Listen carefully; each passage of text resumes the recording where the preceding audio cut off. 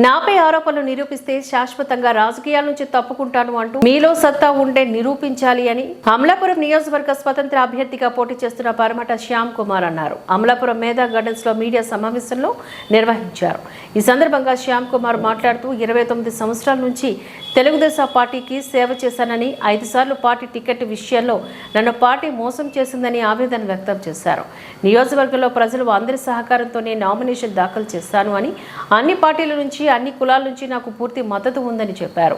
నేను గెలుస్తాను అనే ఓటమి భయంతోనే నాపై లేనిపోని ఆరోపణలు చేస్తున్నారు. నిజంగా అని చిత్తశుద్ధి ఉంటే నిరూపించండి అంటూ సవాల్ విసిరారు.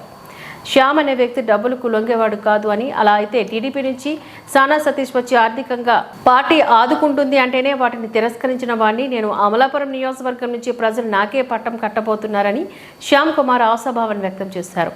ఈ సమావేశంలో ఎల్లా జగ్గారావు, ఇంటిపల్లి నాగబాబు, బుడ్డిగ శ్రీను, తొత్తరముడి సాయి, నాగవ, రాఘవ, భీమ మహేష్ మరియు శ్యామ్ కుమార్ అభిమానులు అధిక సంఖ్యలో పాల్గొన్నారు.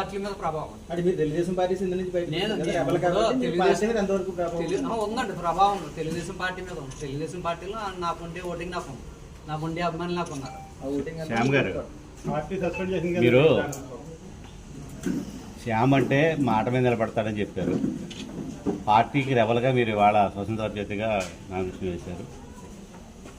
ఈ పరిస్థితుల్లో కూటమి అధికారంలోకి వచ్చి అమలాపురంలో మీరు నెగ్గితే మళ్ళీ తెలుగుదేశం ఆహ్వానిస్తే పార్టీలోకి వెళ్తారా? అప్పుడు నా వెనకాల ఎవరైతే కష్టపడి పనిచేసి నా విజయానికి సహకరించారో వాళ్ళందరి అభిప్రాయం మేరకే నేను నిర్ణయం తీసుకున్నాను. అంటే ద్రోహం చేసిన పార్టీలోకి వెళ్ళడానికి మళ్ళీ మీరు ఆలోచన? అప్పుడు నా కోసం ఎవరైతే కష్టపడి పనిచేశారో వాళ్ళందరూ అభిప్రాయం తీసుకుని వాళ్ళు ఏ అభిప్రాయం అయితే మెజార్టీ మెంబర్స్ ఏ అభిప్రాయం అయితే వ్యక్తం చేస్తారో దానికి అనుగుణంగా నేను అంటాను. వెళ్ళే అవకాశం లేకపోలేదు, వెళ్ళొచ్చు.